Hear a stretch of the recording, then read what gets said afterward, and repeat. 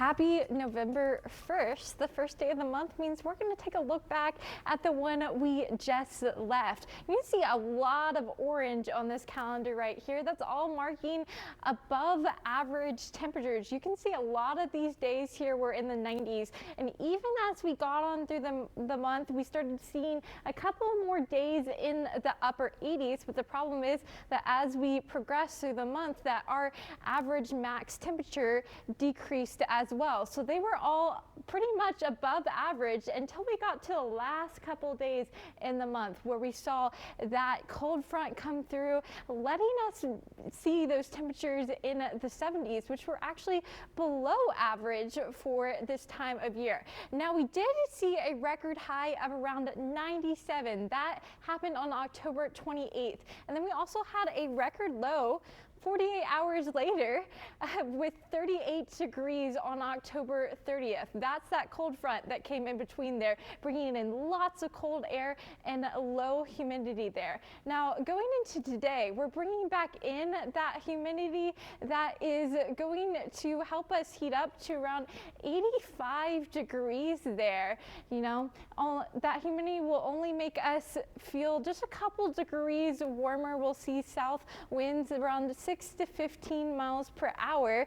Now, the clouds are very variable throughout the day. They'll build towards the end of the day when we see the isolated storms and shower chance come into play as we have a front move into our area. So this is going to happen towards the evening that we see these isolated showers and storms come in play. You can see a lot more happening to our northeast or offshore here, but we do have that chance there. So I did want to put that in here. You know, Rockport, that's maybe a storm there, but it is going to be isolated. If you're heading out to Dia de los Muertos, this is something to be aware of, that you may be under a slight shower. But the Storm Prediction Center does have us under a level 1 out of 5 risk today for some severe weather. Our main threats for that are going to be hail around 1 inch of a diameter and some stronger winds that can maybe blow over any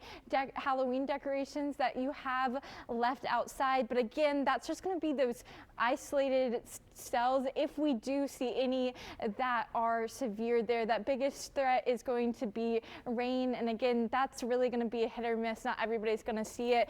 If you do, though, it's going to be later in the night, post dinner, but even still later after that. So just be aware of that if you are heading out onto the town today. But looking at your 7-day forecast, that cold front coming through will bring in some drier air, help knock down the temperatures for a couple more days at the beginning of the week. But towards the end of the week, we build back up into the mid to upper 80s. Lexus?